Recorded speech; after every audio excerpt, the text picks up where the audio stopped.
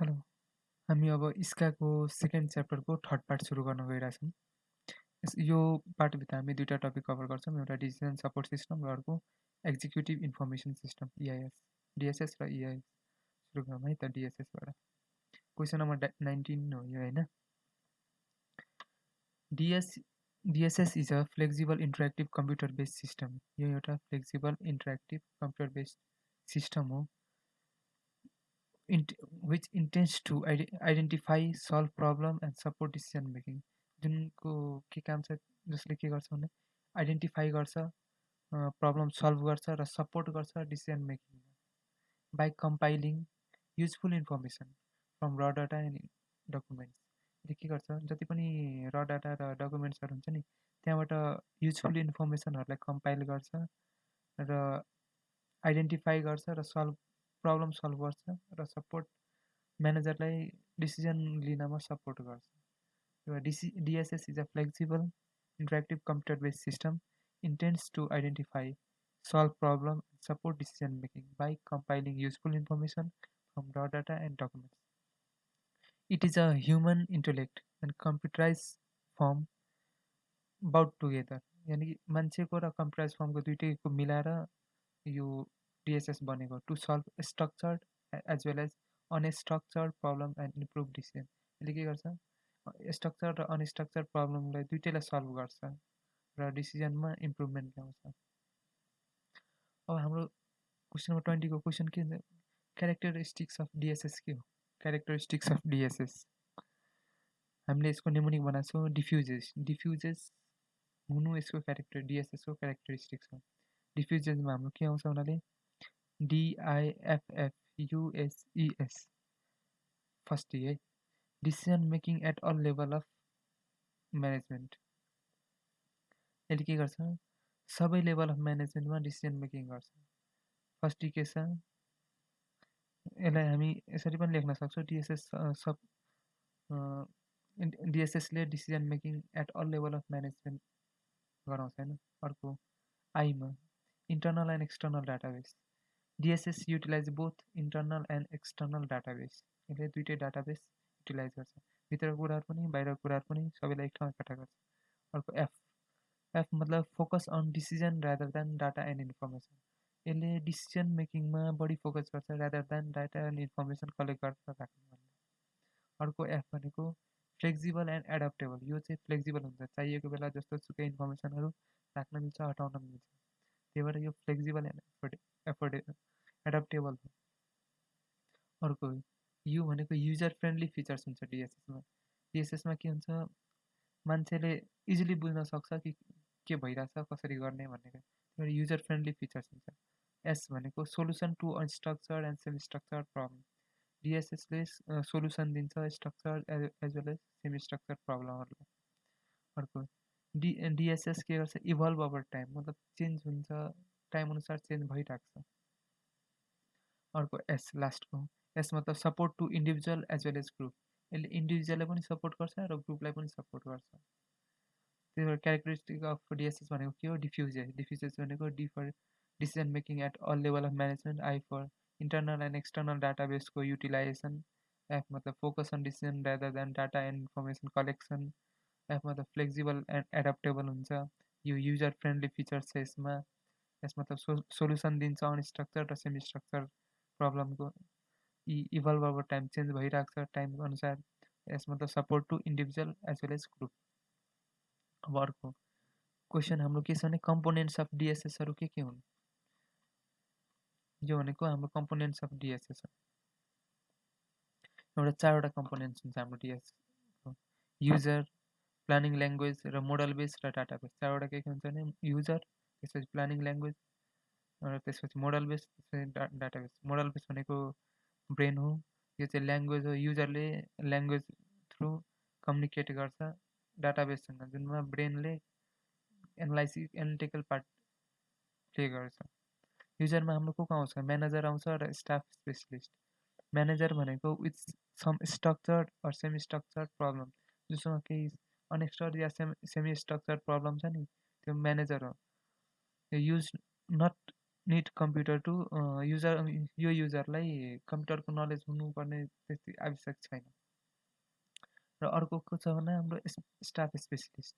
यो के को छ, जस्तो अर्गनाइजेसनमा IT डिपार्टमेन्टको मान्छेहरू हुन्छ नि, हो उनीहरूसँग कम्प्लेक्स सिस्टम युज गर्ने ऊ हुन्छ, उनीहरूसँग डिटेल ओरिएन्टेड हुन्छ, उनीहरूसँग नलेज हुन्छ, उनीहरूले कम्प्लेक्स सिस्टमलाई युज गर्न सक्छ। दुई किसिमको युजर, एउटा नर्मल म्यानेजरहरू, एउटा IT डिपार्टमेन्टवालाहरू। अनि अर्को अब हाम्रो सेकेन्ड के छ, प्लानिङ ल्याङ्ग्वेज। प्लानिङ ल्याङ्ग्वेजले के छ, user can communicate with DSS। युजरलाई डाटाबेससँग डिसिजन सपोर्ट सिस्टमसँग कम्युनिकेट गर्नलाई प्लानिङ ल्याङ्ग्वेज चाहिन्छ। यो पनि दुई किसिमको छ, जेनरल पर्पज प्लानिङ ल्याङ्ग्वेज र specific purpose planning language.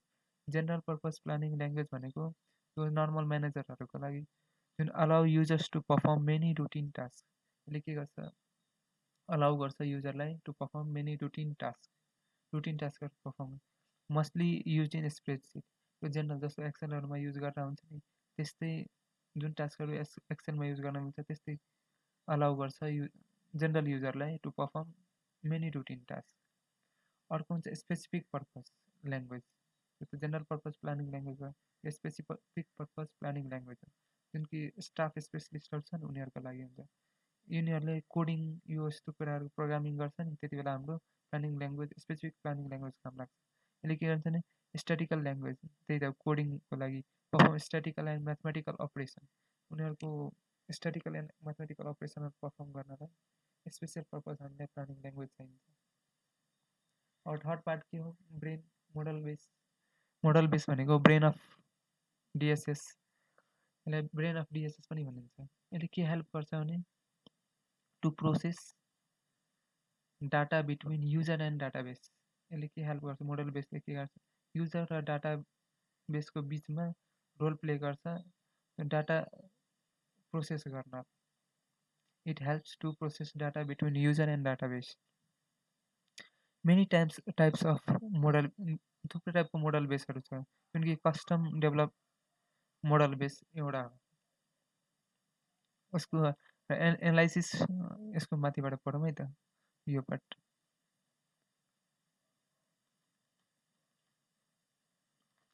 There are many types of model base, but most of them are custom developed models that do some types of mathematical functions.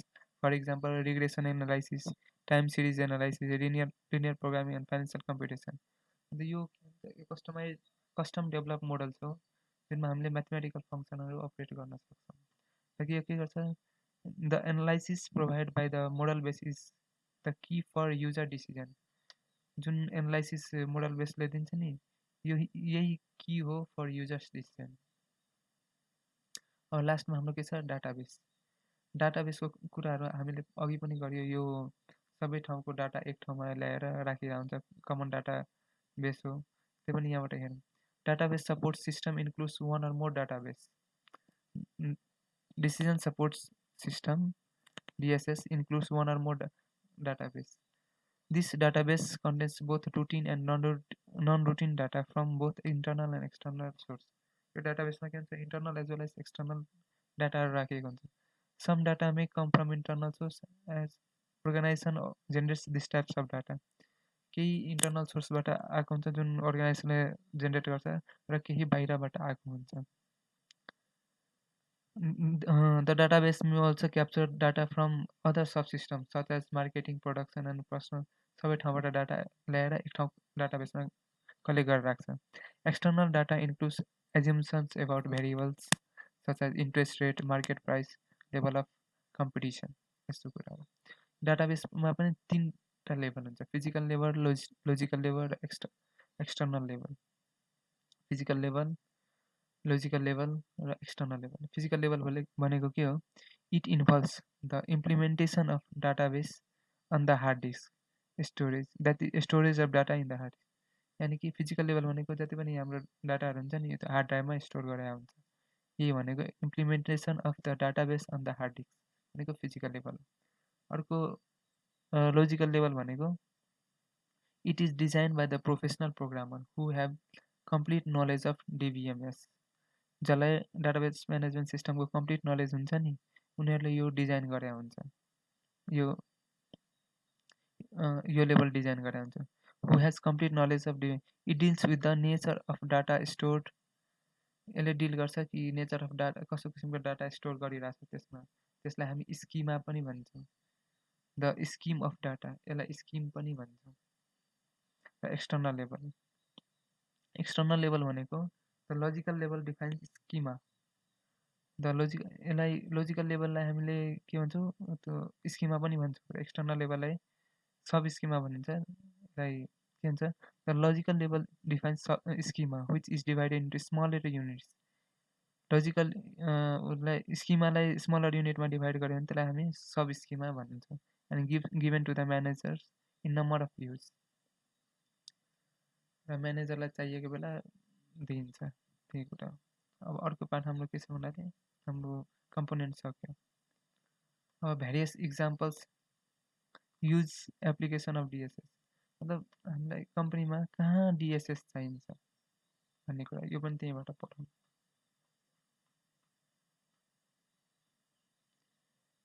Discuss various example of decision support system in accounting decision support system are widely used as a part of organization accounting information system. Give example to support this statement. DSS धेरै use हुन्छ अर्गनाइजेसनमा कहाँ use हुन्छ त्यो हामीलाई example दियो भनेर question भन्दा DSS are widely used as a part of organization. Many DSS are developed in-house to solve specific problem. थुप्रै DSS कम्पनीमै बनाएको हुन्छ to solve a specific problem. Some examples are of DSS in accounting are यो cost accounting system पनि एउटा DSS छ cost structure is very complex in healthcare industry मा cost structure very complex हुन्छ it is very difficult to divide cost in the areas of supplies expensive machinery अनि के हुन्छ धेरै डिफिकल्ट हुन्छ कस्टलाई डिभाइड गर्न in the area of supplies expensive machinery technology and variety of personnel cost accounting applies helps to calculate product cost for individual product or service यसले के गर्छ cost accounting सिस्टमले हेल्प गर्छ अर्गनाइजेसनलाई क्याल्कुलेट गर्नलाई individual cost of product or service अर्को के छ क्यापिटल बजेटिङ सिस्टम यो companies require new tool to evaluate high technology investment decision कम्पनीहरूलाई क्यापिटल बजेटिङ किन चाहियो इन्भेस्टमेन्ट डिसिजन इभ्यालुएट गर्नलाई decision makers needs to supplement analytical technique such as NPV IRR with decision support system decision मेकरलाई NPV IR निकाल्नलाई हामीलाई analytical technique चाहिन्छ capital budgeting सिस्टमले दिन्छ budget variance analysis system financial institutions rely heavily on their budget system for controlling cost and evaluating managerial performance कि यो budget variance analysis system पनि एउटा डिएसएस छ जुन हामीलाई रेसियोसहरू क्याल्कुलेट गरेर दिन्छ मतलब एनालाइज गरेर दिन्छ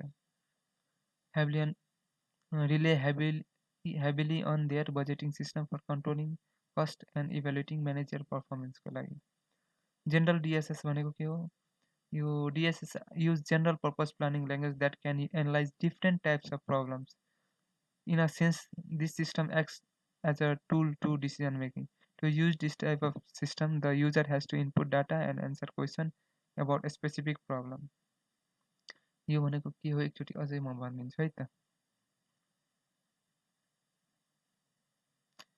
के हुन्छ भन्नाले कस्ट एकाउन्टिङ सिस्टममा डिसिजन मेकिङ हुन्छ किनभने हेल्थ केयर इन्डस्ट्रिजहरूमा कम्प्लेक्स कस्टिङ हुन्छ त्यही भएर प्राइसिङ डिसिजनको लागि यो कस्ट एकाउन्टिङ सिस्टम युज हुन्छ क्यापिटल बजेटिङ सिस्टम किन युज हुन्छ डिएसएस हो यो पनि for investment analysis project financial feasibility एनालाइसिसको लागि युज हुन्छ budget variance analysis system budgeted actual tabular फर्ममा प्रेजेन्ट गर्नलाई ग्राफिकल फर्ममा प्रेजेन्ट गर्नलाई युज हुन्छ जनरल डिसिजन सपोर्ट सिस्टममा general डिएसएसमा ratio analysis working capital म्यानेजमेन्टहरूको लागि युज हुन्छ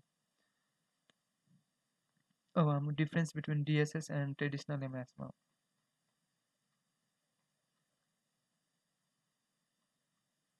यो हामीले डिफरेन्स बिट्विन डिएसएस र ट्रेडिसनल एमआइएस भनेको हामीले यहाँ पिओएफएएसएसमा हामीले डाइमेन्सन गरेका छौँ यो डिफरेन्स हो philosophy, P मतलब philosophy, providing integrated tools, data models and language to end user.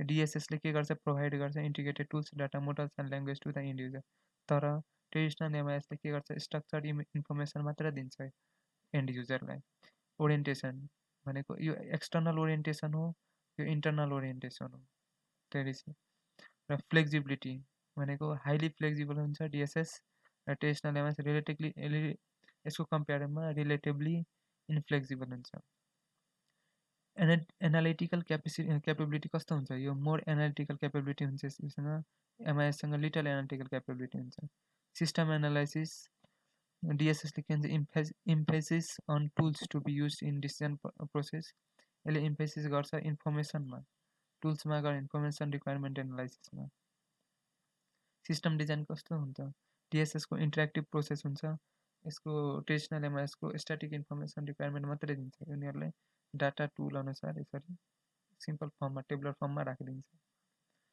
अर्को क्वेसन हाम्रो के छ अब हामी एक्जिक्युटिभ इन्फर्मेसन सिस्टममा आयो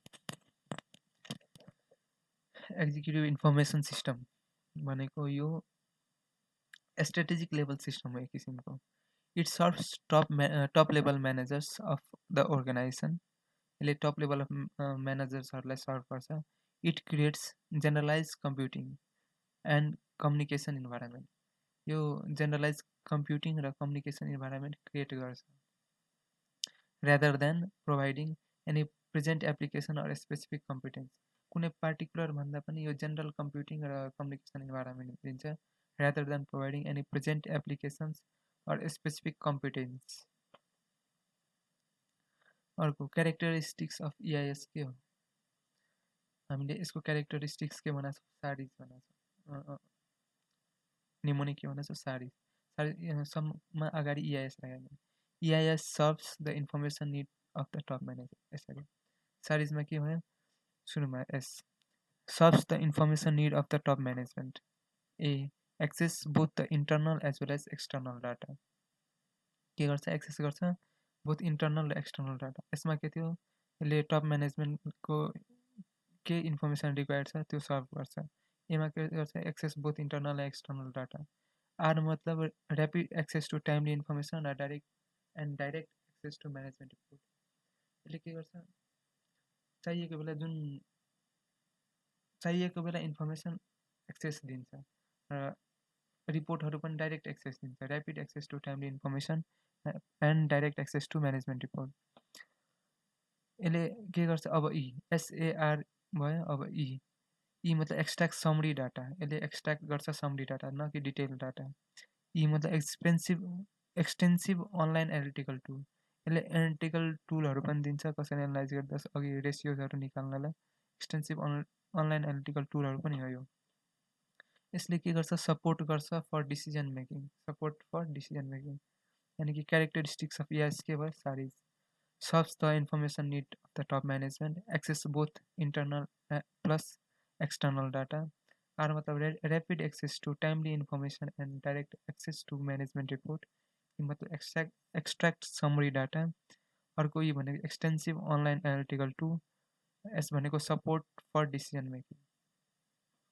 अब अर्को क्वेसन हाम्रो के छ क्यारेक्टरिस्टिक्स अफ इन्फर्मेसन अघि के थियो क्यारेक्टरिस्टिक्स अफ इआइएस जुन हामीले के भन्यौँ क्यारेक्टरिस्टिक्स अफ इआइएस जुन हामीले के भन्यौँ सारिज अब क्यारेक्टरिस्टिक्स अफ इन्फर्मेसन सोधिरहेको छ इन्फर्मेसन युज इन इआइएस जुन इन्फर्मेसन इआइएसमा युज हुन्छ नि त्यो इन्फर्मेसनको क्यारेक्टरिस्टिक्स सोधिरहेको हामी के लेख्ने फिल हाई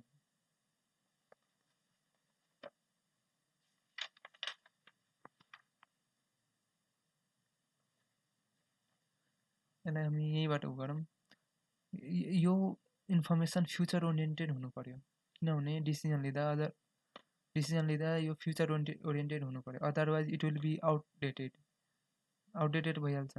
यो आई फर इन्फर्मेसन सोर्समा बढी रिले हुन्छ। कुनै पनि डिसिजन इन्फर्मेसनको सोर्समा बढी रिले हुन्छ। जस्तै TV news, business meal, meeting इभेन्ट्सहरूमा बढी डिपेन्डेन्ट हुन्छ इआइएसको इन्फर्मेसन। यो किन छ? For lack of structure, top management need change frequently. त्यही भएर यो स्ट्रक्चर हुनु भएन। स्ट्रक्चर यो टाइम टु टाइम चेन्ज भइरहेको हुन्छ नि, त्यही भएर स्ट्रक्चर हुनु भएन। यो लो लेभल अफ डिटेल चाहियो यसमा। यो होइन कि एकदम पुरै डाटा ल्याएर राख्थ्यो। Top management don't have the time to focus on tiny, so summarize फर्ममा हुनु पऱ्यो। जब उसलाई हेर्न मन लाग्छ त्यो डिटेल एउटा एउटा गर्दै भित्रभित्र जाँदै गएर हेर्छ। यहाँ के हुनु पऱ्यो? हाई डिग्री अफ अनसर्टेनिटी हुन्छ। यो हुन्छ भन्ने कुरा छ, फ्युचर ओरिएन्टेड हुन्छ त्यस्तो। High degree of uncertainty, executives works are not predictable. त्यही भएर त्यहाँ हाई डिग्री अफ अनसर्टेनिटी हुन्छ। फिलहाल के भने यो फ्युचर ओरिएन्टेड हुन्छ। इन्फर्मल सोर्स हुन्छ यसको इन्फर्मेसनको ल्याक अफ स्ट्रक्चर हुन्छ, लो लेभल अफ डिटेल हुन्छ, हाई डिग्री अफ अनसर्टेनिटिज हुन्छ। अब त्यसपछिको अर्को क्वेसन हाम्रो के छ? Contents of इआइएस। या अर्को तरिकाले क्वेसन के सोध्न सक्छ? Practical sets of principle to guide the design. हामीले के लेख्ने यसमा? इआइएस मेजर्स मस्ट बी, अनि त्यसपछि यो लेख्ने बिमारको हाम्रो के यो निमोनिक बिमार भयो, यसको एक्सटेन्सन के हो? B four based on balanced view of organization objective. यो इआइएस कस्तो हुन्छ भन्नाले यसमा ब्यालेन्स्ड भ्यू हुने, मतलब माथिदेखि हेर्दा पुरै अर्गनाइजेसन देखिनु पऱ्यो, त्यस्तो ब्यालेन्स्ड भ्यू हुन्छ यसमा। यो easy to understand and collect data हुनु पऱ्यो। यो इआइएस कस्तो हुनु पऱ्यो? इजी हुनु पऱ्यो to understand and collect data. यसले इन्करेज गर्नु पऱ्यो म्यानेजमेन्ट एन्ड स्टाफलाई। यसले इन्करेज गर्नु पऱ्यो म्यानेजमेन्ट एन्ड स्टाफलाई। यसले के गर्नु पऱ्यो? रिलिफ everyone's contribution, reflects everyone contribution. किनकि तल्लो अपरेसनल म्यानेजरले के भन्छ, मिडल लेभल म्यानेजरले सबैको कन्ट्रिब्युसन यहाँ रिफ्लेक्ट हुनु पऱ्यो। यसले यति काम गर्यो, यसले यो भन्दैछ, सबै कुरा यहाँ रिफ्लेक्ट हुनु पऱ्यो। डाटाहरू पनि लोदेखि हाईसम्म रिफ्लेक्ट हुनु पऱ्यो। M for meet the changing needs. If environment change भयो भने त्यसले चेन्जिङ निड्स मिट गर्नु पऱ्यो। र A for available to everyone, यो सबमा एभाइलेबल हुनु पऱ्यो। फेरि एकचोटि भन्नु बिमारको। B for based on balance view of the organization objective. E for easy to understand and collect data. E for encourage management and staff.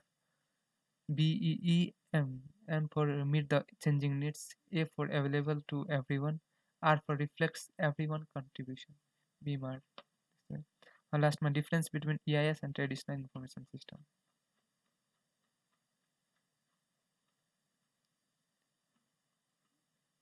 यो difference between EIS and traditional information system के हुनु पर्यो?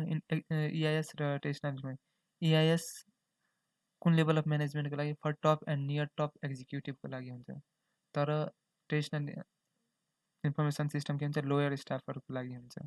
यो के हुन्छ? Specific issue, problem र aggregate रिपोर्टहरू दिन्छ। यसले स्ट्याटस रिपोर्ट जस्तै ठ्याक्क टेबुलर फर्ममा दिइहाल्छ, तर यो पाइ चार्टहरूमा यसरी दिन्छ। यो अनलाइन टुल्स एनालाइसिस गर्छ। यसले जस्तो रेसियोहरू योहरू भने अनलाइन टुल्स एनालाइसिस हुन्छ यसमा। यो अफलाइन स्ट्याटस दिन्छ, रिपोर्ट जस्तो वर्डमा बनाएर दिए जस्तो। यो मोर एक्सटर्नल हुन्छ, लेस इन्टर्नल हुन्छ। यो इन्टर्नल मात्रै हुन्छ। यो ड्रिल डाउन फेसिलिटी यसमा एभाइलेबल हुन्छ इआइएसमा। यसमा इन्फर्मेसन सिस्टममा ट्रेडिसनलमा नट ड्रिल डाउन फेसिलिटी हुँदैन। यो टेक्स्ट विथ ग्राफिक्स हुन्छ, यसमा पाइ चार्टहरू हुन्छ नि, बार डायग्राम। यो टेबुलर फर्ममा मात्रै हुन्छ। यो युजर फ्रेन्डली हुन्छ। यो कम्प्युटर अपरेटर जेनेरेट हुन्छ। कम्प्युटर अपरेटर वर्डरमा टाइप गरेर निकाले जस्तो यो युजर फ्रेन्डली हुन्छ। यहाँसम्म सक्यो। अब नेक्स्ट पार्टमा हाम्रो ओएसहरू जान्छ।